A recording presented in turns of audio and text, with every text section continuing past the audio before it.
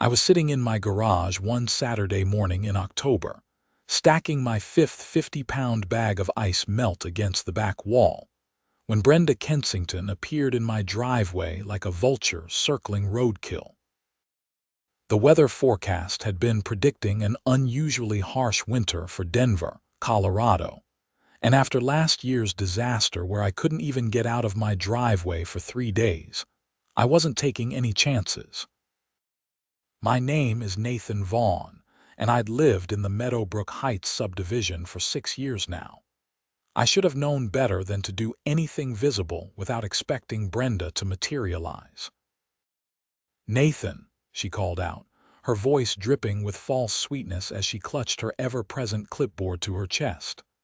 "I couldn't help but notice you've been making quite a few trips from your truck to your garage this morning." I set down the bag and wiped my hands on my jeans. "Morning, Brenda. Just getting prepared for winter. You know how it gets around here." She approached slowly, her heels clicking on my concrete driveway even though it was a Saturday morning and she was supposedly just out for a walk. Who wears heels for a walk? The president of the Meadowbrook Heights HOA, apparently. "Prepared is one thing," she said, craning her neck to peer into my garage. "Stockpiling is quite another. How many bags do you have in there?" "I bought 10 bags," I said. "The store had a sale." Seemed smart to stock up before everyone else panics.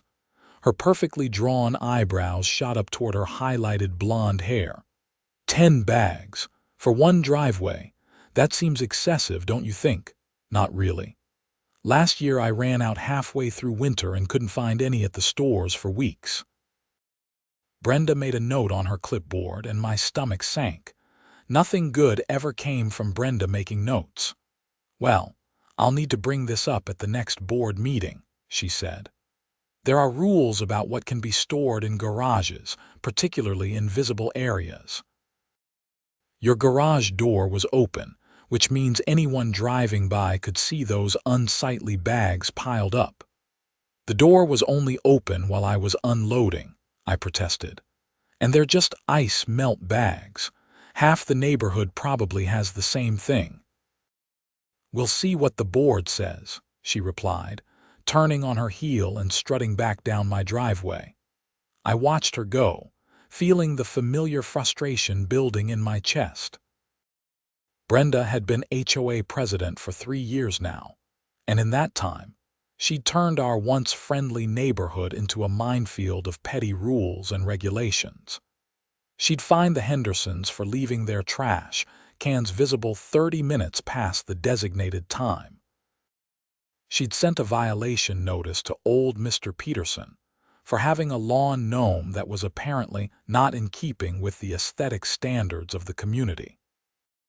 She'd even tried to fine my next-door neighbor, Rick, for parking his work truck in his own driveway because it had his company logo on the side.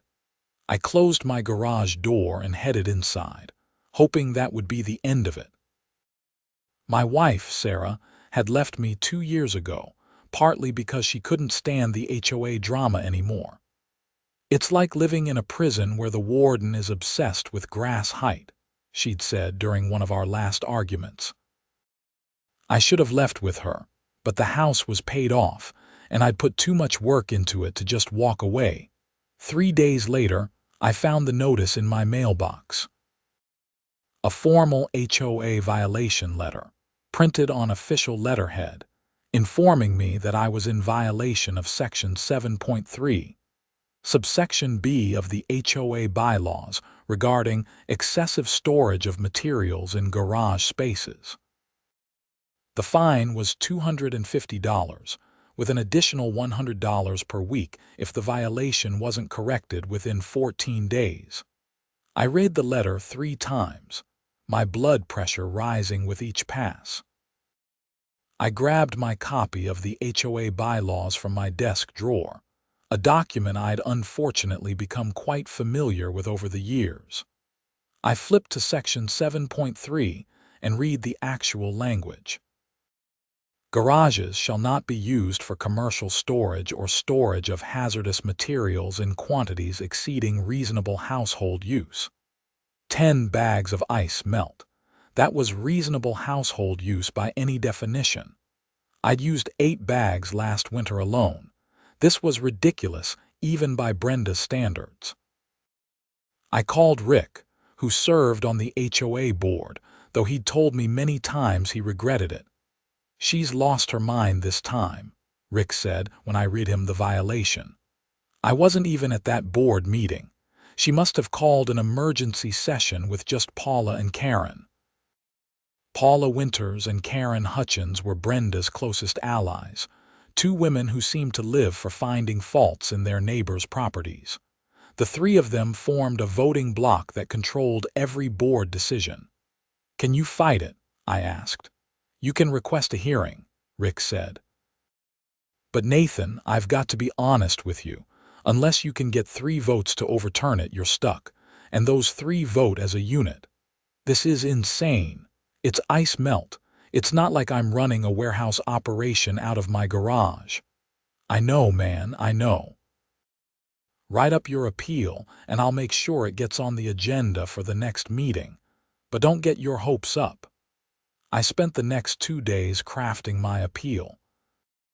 I cited the exact bylaw language, included photos showing that my garage was neat and organized with the ice melt bags stacked safely against the wall, and even got statements from 3 neighbors saying they had no issue with my storage practices. I printed weather reports predicting a harsh winter and articles about last year's ice melt shortage. The hearing was scheduled for the following Tuesday evening at Brenda's house, because of course, she hosted all the meetings in her perfectly decorated home. I arrived at 7 o'clock sharp, my folder of evidence under my arm. Brenda answered the door wearing a business suit, as if this were a corporate board meeting rather than a neighborhood dispute. "Nathan, come in. We're meeting in the dining room." I followed her through the house, which looked like something out of a home design magazine. Everything was white and beige and spotless. I'd been inside once before, and I still couldn't figure out how anyone actually lived here. The other board members were already seated around her dining table. Rick gave me an apologetic look. Paula and Karen sat on either side of Brenda's seat at the head of the table, their faces already set in disapproving frowns. "Let's begin," Brenda said, taking her seat. "Nathan, you've requested a hearing regarding the violation notice for excessive storage. You have 15 minutes to present your case." I opened my folder and started walking through my arguments. I explained my reasoning for buying the ice melt early, showed the photos of my garage, read the neighbor statements, and pointed out that the actual bylaw language didn't support the violation. "The bylaw specifically mentions commercial storage and hazardous materials," I said. "Ice melt is neither. It's a household product, and 10 bags is a reasonable amount for seasonal use." Paula spoke first. "The spirit of the rule is to prevent unsightly storage that could lower property values. But the bags aren't visible," I countered. "My garage door stays closed except when I'm actively using it. No one can see them." "I could see them," Brenda said coolly, "when I walked by that morning, because the door happened to be open while I was unloading." "The point is," Brenda continued, "that we have to maintain standards in this community. If we allow you to stockpile ice melt, what's next? Someone storing lumber, someone opening a retail operation out of their garage." "That's a slippery slope fallacy," I said, trying to keep my voice level. "We're talking about 10 bags of ice melt for personal use during winter in Colorado." Karen cleared her throat. "I think you're being dramatic about the winter weather. We've lived here for 12 years and we've never needed more than 2 bags per season." "You have a south-facing driveway that gets sun most of the day," I said. "Mine faces north and stays shaded. I use more ice melt because I get more ice. We went back and forth for another 10 minutes, but I could tell it was pointless. Brenda had made up her mind before I ever walked in the door. Finally, she called for a vote, all in favor of upholding the violation and fine. Her hand went up, followed immediately by Paula's and Karen's. Opposed. Rick raised his hand, but it was 3-1. The violation stands, Brenda said. You have 11 days remaining to remove the excess ice melt from your garage. The fine is payable immediately, and if the violation isn't corrected, additional fines will begin accruing. I left her house feeling defeated and angry. $250 for storing ice melt in my own garage. It was extortion dressed up in official language and fake concern about property values. Rick caught up with me in the driveway. I'm sorry, Nathan, I tried. I know you did. This is just how it is now, right? Brenda's kingdom, and we're all just living in it. Some of us are getting pretty tired of it, Rick said quietly. There's been talk about organizing a recall vote, but it's hard to get enough people to stand up to her. I drove home and stared at the violation notice on my kitchen counter. I could afford the fine, but it was the principle that burned me. I thought about calling a lawyer, but HOA disputes were expensive and rarely worth the fight. I thought about selling the house, but the market was soft, and I'd lose money. In the end, I paid the fine and moved 7 of the 10 bags to my basement storage area.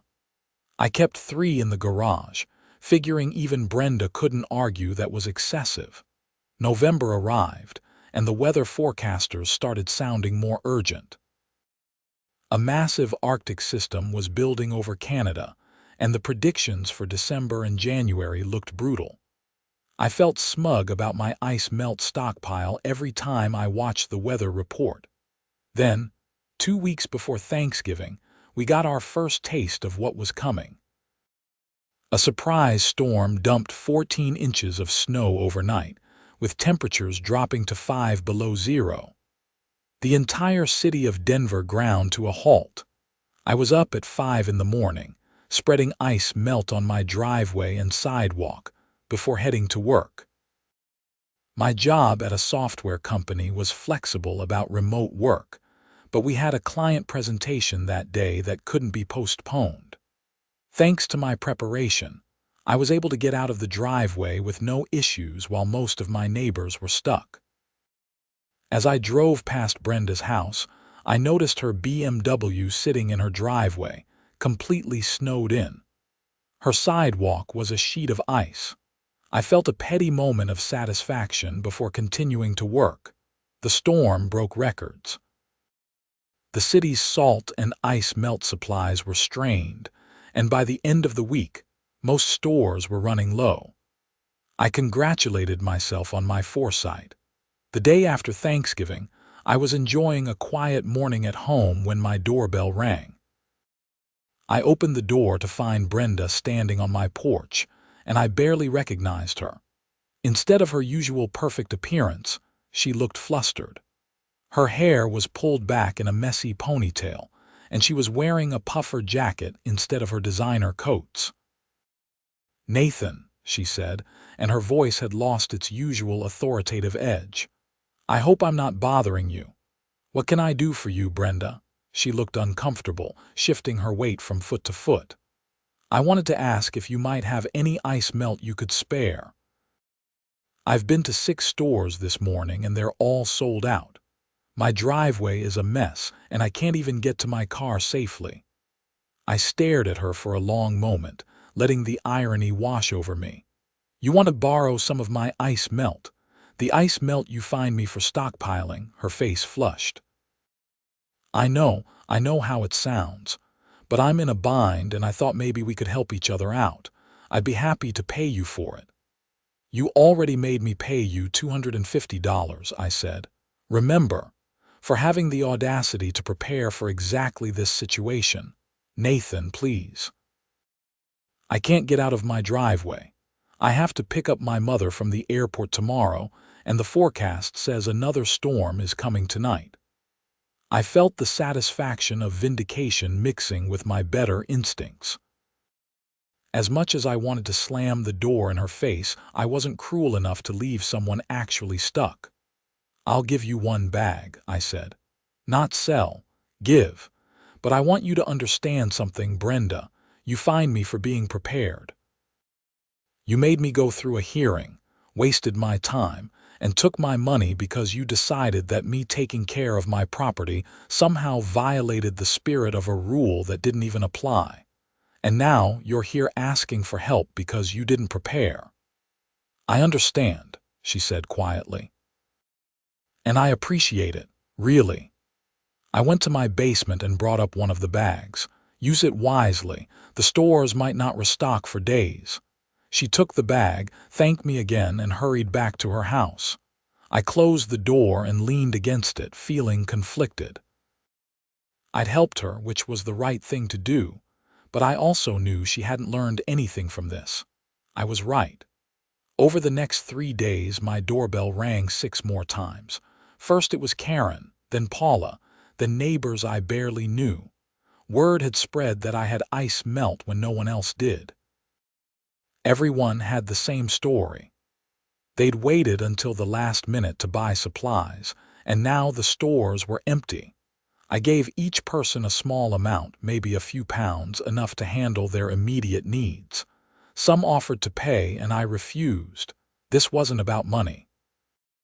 But I also wasn't going to give away so much that I'd run short myself.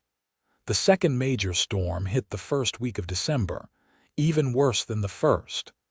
This time, 18 inches of snow, followed by an ice storm that created a crystalline nightmare across the entire metro area. The news showed footage of empty store shelves where ice melt and salt should have been. The city was rationing its supplies for main roads only. Side streets and residential areas were on their own. My phone started ringing. Brenda called 3 times in one day. "Nathan, I know I already asked, but my mother is staying with me and she fell on the ice yesterday. She's okay, but I really need to make the walkway safer." "How much do you have left from the bag I gave you?" I asked. "It's gone. I had to do the whole driveway." "One bag shouldn't have run out that fast unless you were pouring it on thick." "I didn't know how much to use," she said, and I could hear the frustration in her voice. "Please, Nathan, I'll pay whatever you want," I sighed. "Come by this afternoon, bring a bucket. I'll give you enough for your walkway and the area around your car. That's it." She showed up an hour later with a 5-gallon bucket. I measured out about 15 pounds of ice melt, enough for what she described but not enough to waste. "This seems like a small amount," she said, looking at the bucket. "It's plenty if you use it correctly," I said. "You don't pour it on thick, you spread it evenly. A little goes a long way." "Maybe I should take one more bucket full just to be safe." "No," I said firmly. "I've got my own property to maintain, Brenda, and my own supply to manage. This isn't a store and I'm not running a charity." She looked like she wanted to argue, but something in my expression must have stopped her. She took the bucket and left. The next day, Paula showed up. Then Karen. Then 3 other neighbors from the HOA board's inner circle. They'd all run out. They'd all checked every store within a 20-mile radius. They were all desperate. I gave each of them a small amount, but my stockpile was dwindling faster than I'd anticipated. I'd planned for a hard winter for me, not for supplying half the neighborhood. Rick stopped by one evening with a 6-pack of beer and a grateful expression. "You're a lifesaver, man. Literally. My wife almost broke her ankle on the ice yesterday before I used what you gave me." We sat in my living room and I vented my frustration. I planned ahead. I bought what I needed. I got fined for it. And now I'm having to ration my own supplies because everyone else waited until the last second. "You know what kills me?" Rick said. "Brenda sent out an email to the whole neighborhood last week reminding people about snow removal requirements. She said anyone who doesn't keep their sidewalks clear will get fined. but she can't keep her own sidewalk clear because she didn't prepare. The hypocrisy is unbelievable, I agreed. It's more than that, though, Rick continued. She's been calling emergency board meetings, trying to figure out how to handle the situation. She actually suggested that we should require people to share supplies in emergency situations. I nearly choked on my beer. She wants to make it mandatory, like some kind of HOA socialism. I'm not kidding. She drafted a whole proposal. Anyone who has excess supplies would be required to distribute them to neighbors in need during emergencies. She wanted to do a survey of everyone's storage and create a community resource pool. That's insane, and probably illegal. I told her that. So did the HOA lawyer when she called him. You can't force people to give up their private property, but she's desperate, Nathan. She's getting complaints from all over the neighborhood about ice and snow, and she can't solve the problem because the stores are empty. We finished our beers and Rick left. I sat alone, thinking about the situation. I understood that people were struggling, and I felt bad about that. But I also couldn't shake the anger over being punished for the exact foresight that was now keeping everyone safe. December ground on, storm after storm. The news called it the worst winter in 40 years. The city ran out of salt. The state had to bring in emergency supplies from neighboring states. Hardware stores put customers on waiting lists for ice melt, with deliveries expected sometime in January. Through it all, I maintained my driveway and sidewalk. I used my ice melt carefully, making it stretch.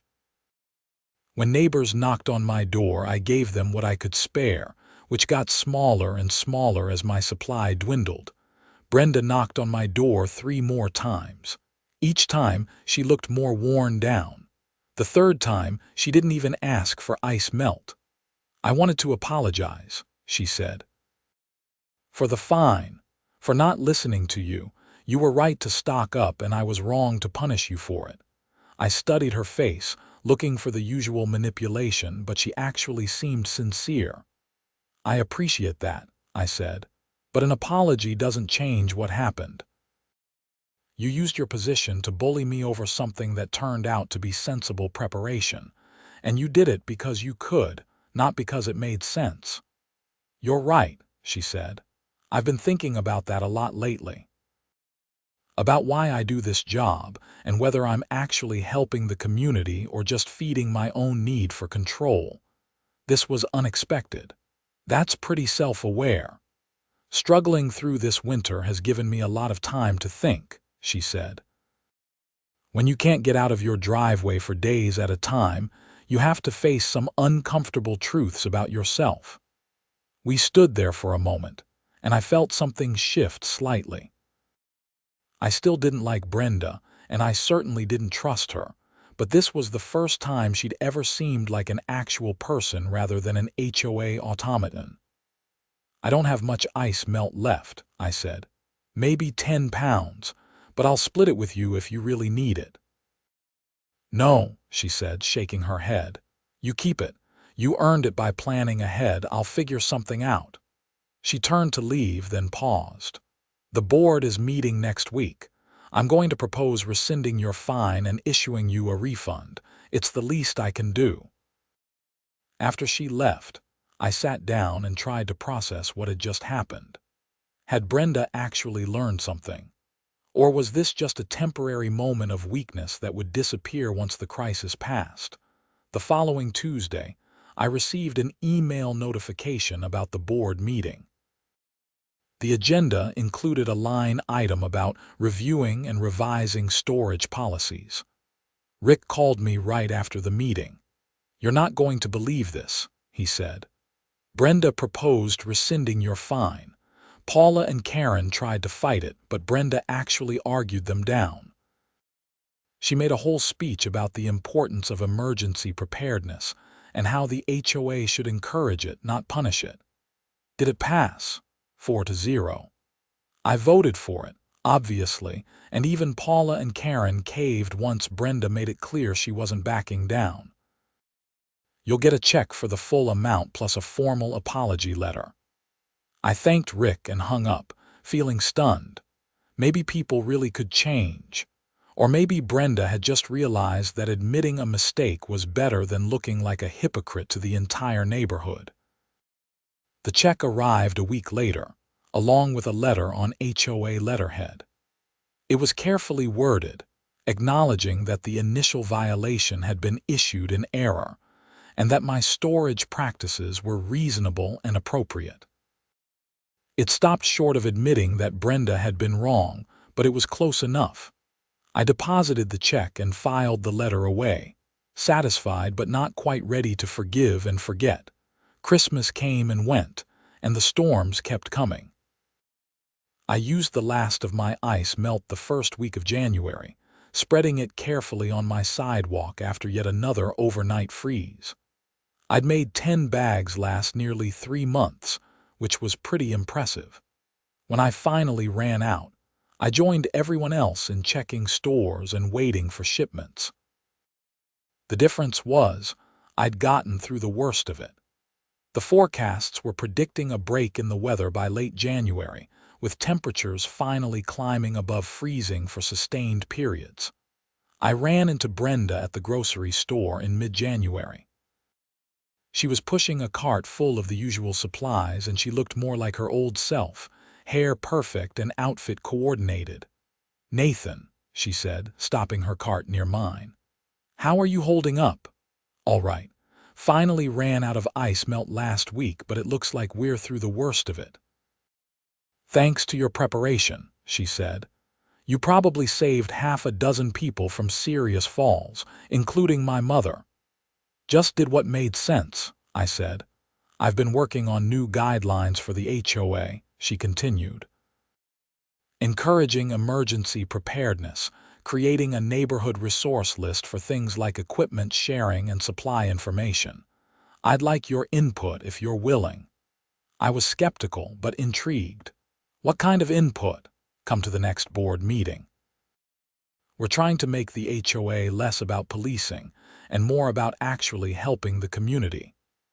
I know that sounds like corporate speak, but I mean it. This winter showed me that I've been focused on the wrong things. I agreed to attend the meeting, curious to see if this new Brenda was real or just a temporary persona. The meeting was different from the start. Instead of Brenda's formal dining room, we met at the community clubhouse. Instead of a rigid agenda, there was actually discussion and input from residents. Brenda presented her new proposals, which included guidelines for emergency preparedness, a community message board for sharing resources, and revised storage rules that explicitly allowed for reasonable stockpiling of seasonal supplies. "The goal," she said, "is to create a community that supports each other, not one that finds reasons to fine each other." Paula and Karen looked uncomfortable with the whole thing, but they didn't fight it. Other residents seemed pleased and surprised. Rick gave me a knowing look across the room. The proposals passed unanimously, and for the first time in years, I left an HOA meeting feeling good about the neighborhood. February brought warmer weather and rain that finally melted the last of the snow and ice. The stores restocked their ice melt supplies, though most people didn't need it anymore. I bought 4 bags on sale for next year, and this time I kept the receipts just in case. Brenda stopped by one Saturday morning in early March. She wasn't wearing heels or carrying a clipboard. She was in jeans and a sweater, and she actually looked relaxed. "I wanted to thank you properly," she said when I answered the door, "for helping me and others this winter and for not holding a grudge about the fine situation." "I did hold a grudge," I admitted. "For a while." "You had every right to. I was wrong, and I used my position to punish you for being smarter than me. That's not okay." "But you fixed it," I said. "That counts for something." "I'm stepping down as HOA president," she said, and I must have looked shocked because she laughed. I know. I thought I'd do this forever too. But the truth is, I took the position after my divorce because I needed control over something in my life. I turned the HOA into therapy, and that wasn't fair to anyone.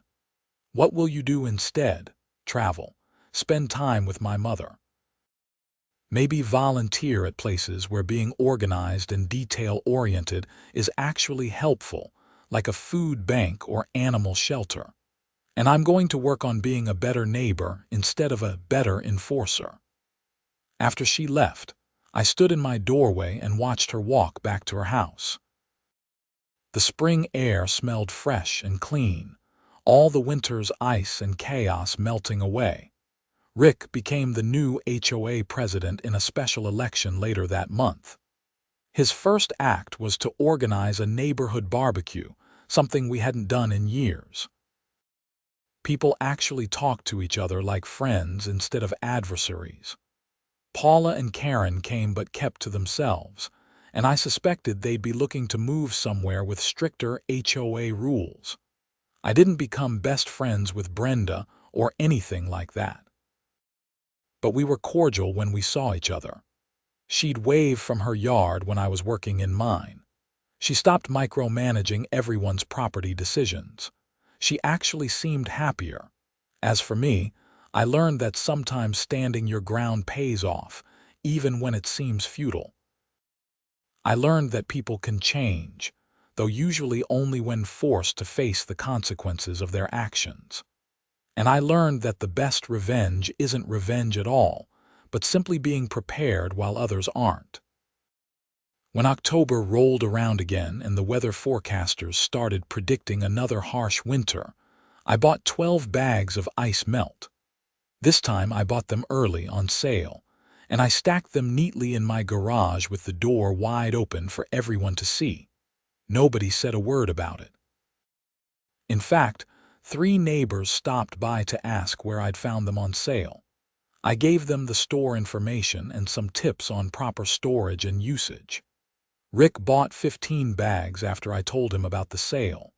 The winter that followed was mild compared to the previous year. I only used 2 bags of ice melt, which meant I had plenty for the next several years. Every time I walked past those neatly stacked bags in my garage, I felt a small sense of satisfaction. The HOA sent out newsletters now that actually contained useful information instead of violation notices. Rick organized a community emergency preparedness committee. We created a shared resource list where people could note what equipment or supplies they had available to lend in emergencies. My ice melt stockpile made the list, though I added a note that said reasonable requests only. One Saturday afternoon in December, I was sitting in my living room when I heard raised voices outside. I looked out the window and saw Brenda standing in her driveway, talking to a man I didn't recognize. He was gesturing animatedly at her house, and she looked upset. I grabbed my jacket and headed outside, not sure what was happening but sensing something was wrong. As I got closer, I could hear the man's words. "You can't just refuse to pay. The HOA board authorized the work and you signed off on it." "I didn't authorize $20,000 worth of landscaping," Brenda shot back. "The proposal was for $5,000. The man sneered at her.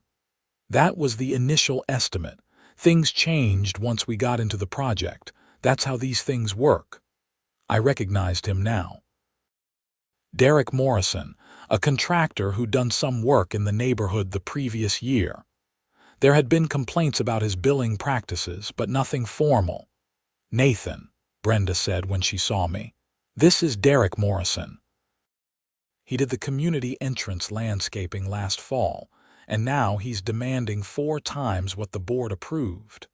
"The board approved the work," Derek said. "The contract says any changes would be billed additionally. Not my fault you people didn't read the fine print." I looked at Brenda. "Did you keep copies of all the paperwork?" "Of course. Everything's documented. The board approval, the original proposal, all the correspondence." "Then this is between you and the HOA's lawyer," I said to Derek. "If there's a contract dispute, that's what lawyers are for." Derek turned his glare on me. "Who the hell are you? A resident? One who's not impressed by contractors trying to bully people into paying inflated bills. This isn't your business. You're standing in my neighborhood making threats. That makes it my business." Derek took a step toward me and I held my ground. He was bigger than me, but I'd dealt with enough bullies in my life to know that backing down only made things worse. "You need to leave," I said calmly. "Now, before someone calls the police. I'm not leaving until I get paid." "Then I'm calling the police." I pulled out my phone.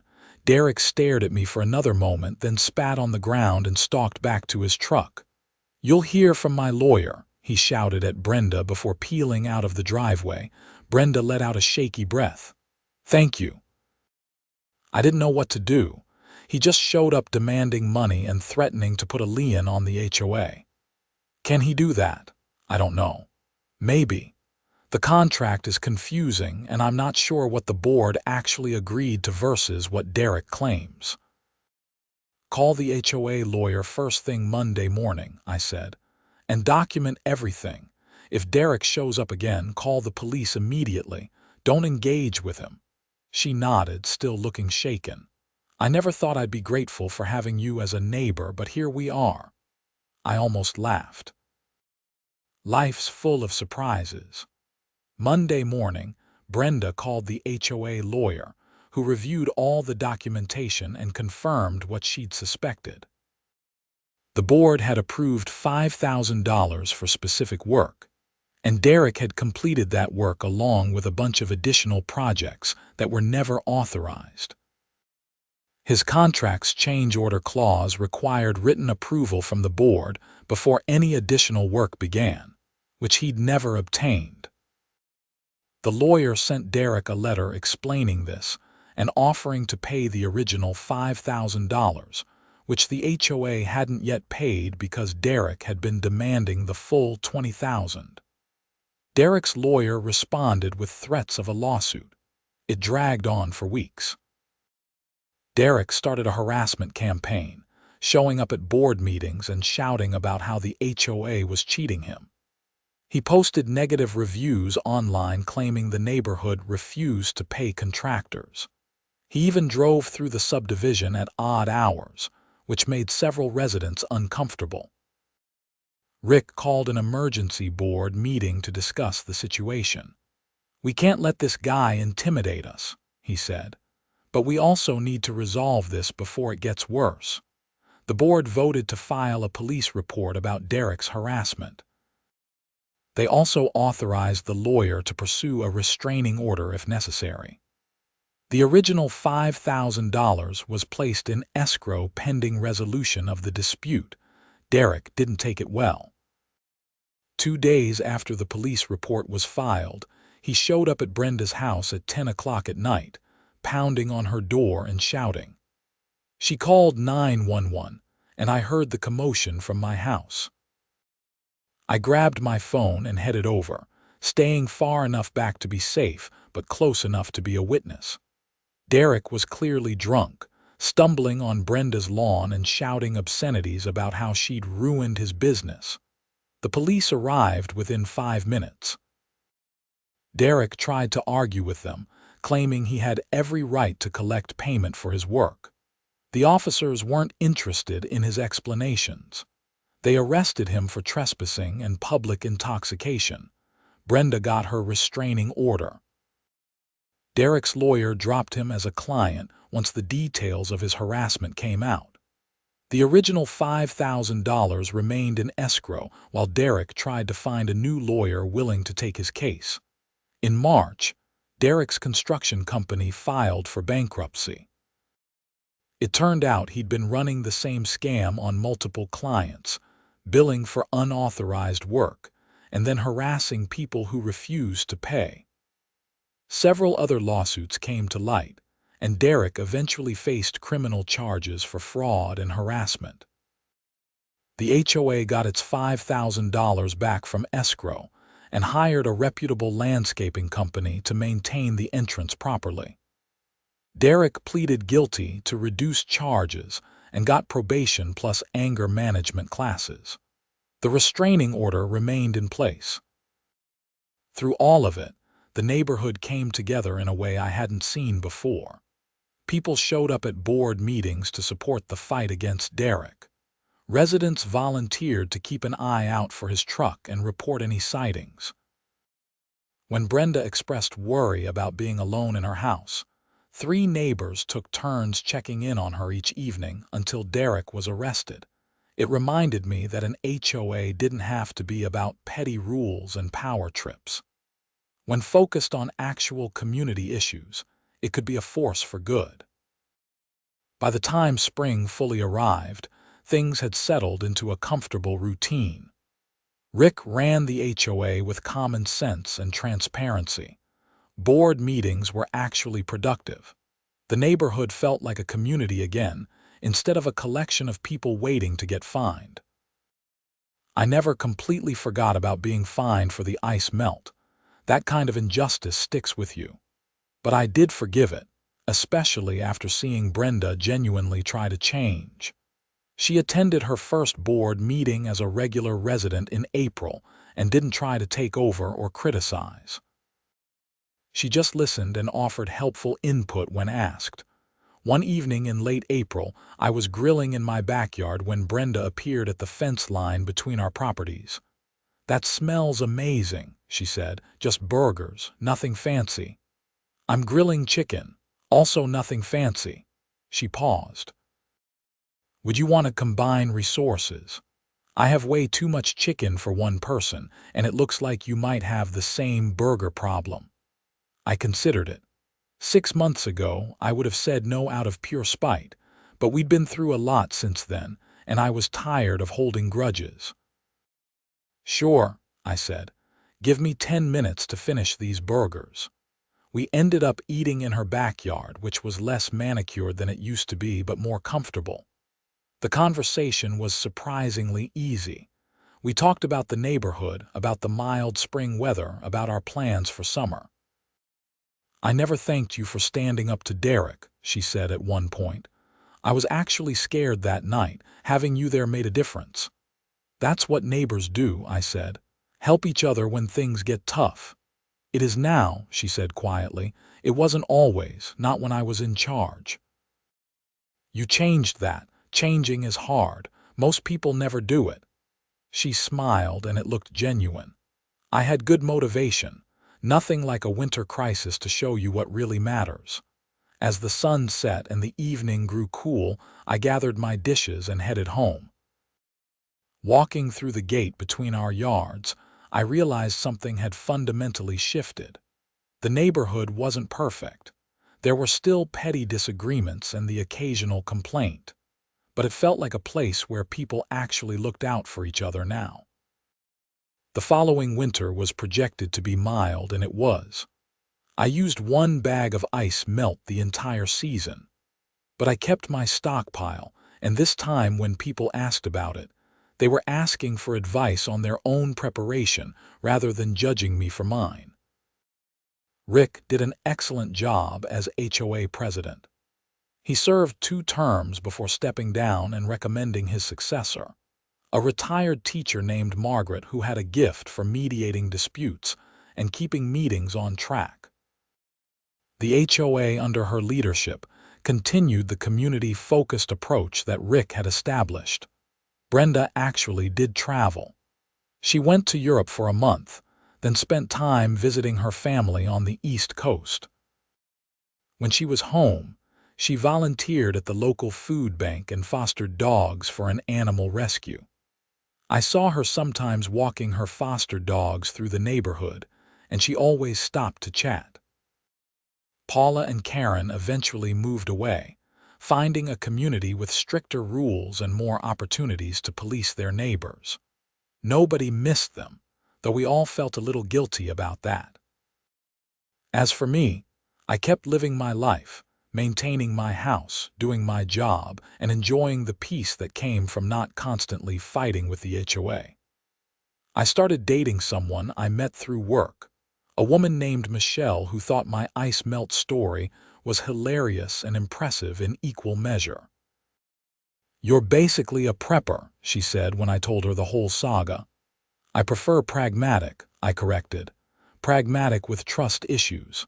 Valid trust issues. Earned through experience."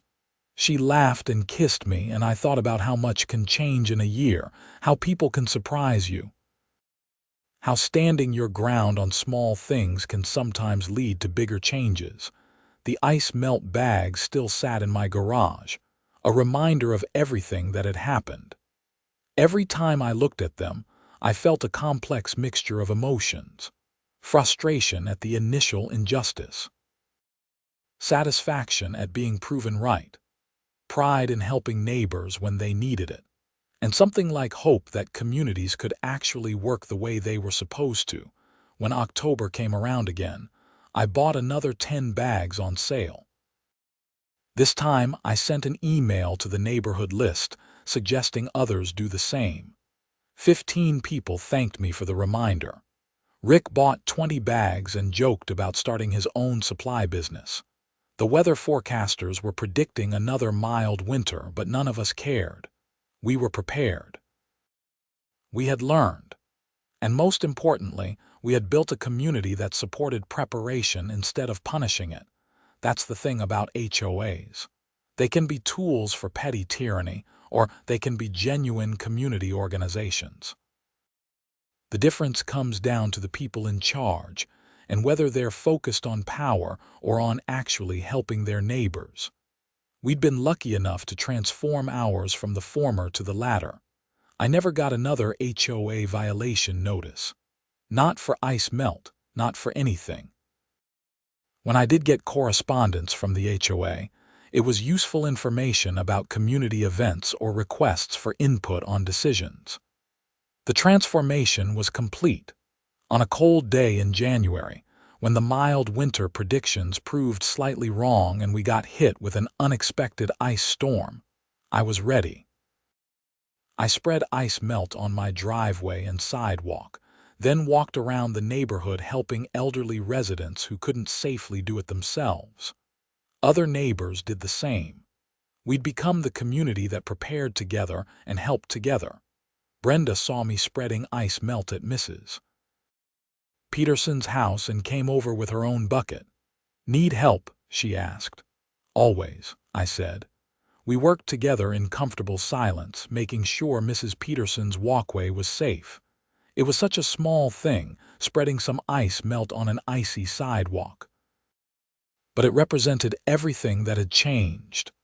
We'd gone from fighting over rules to actually caring for each other. That evening, Rick organized an impromptu gathering at the clubhouse for everyone who'd been out helping. About 20 people showed up, bringing soup and bread and stories about their adventures in ice removal. It wasn't formal or planned. It was just neighbors being neighbors.